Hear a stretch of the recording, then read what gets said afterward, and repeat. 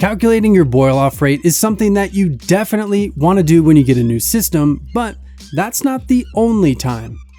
As you make changes to your system, you might need to do it again. In my case, I need to recalculate my boil-off rate because I just got the steam condenser for my Anvil Foundry.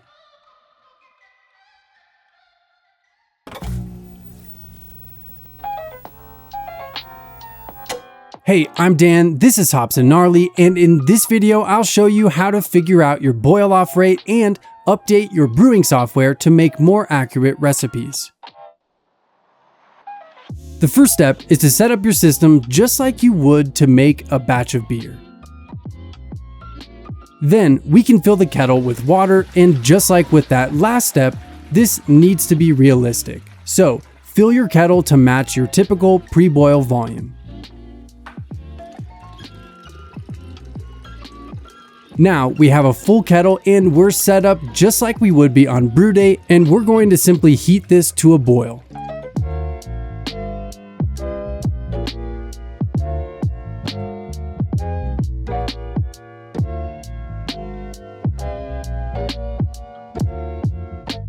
Once we're up to a full boil, we need to start a timer for at least 20 minutes and up to a full hour.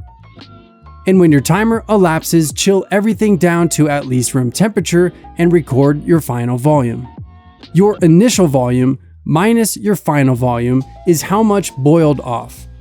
I only boiled for 20 minutes, so I'll multiply that number by 3 to get my hourly rate.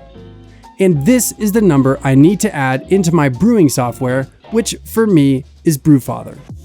I'll head over to the profile section, select equipment, and open the profile for my Anvil Foundry.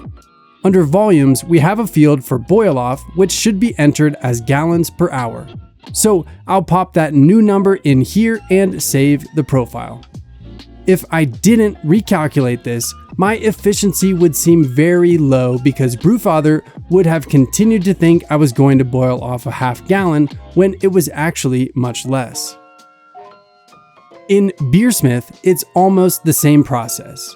I'll go to Profiles, then Equipment, then open the Anvil Foundry profile. Now, under Boiler, I'll update the boil off field and save the profile.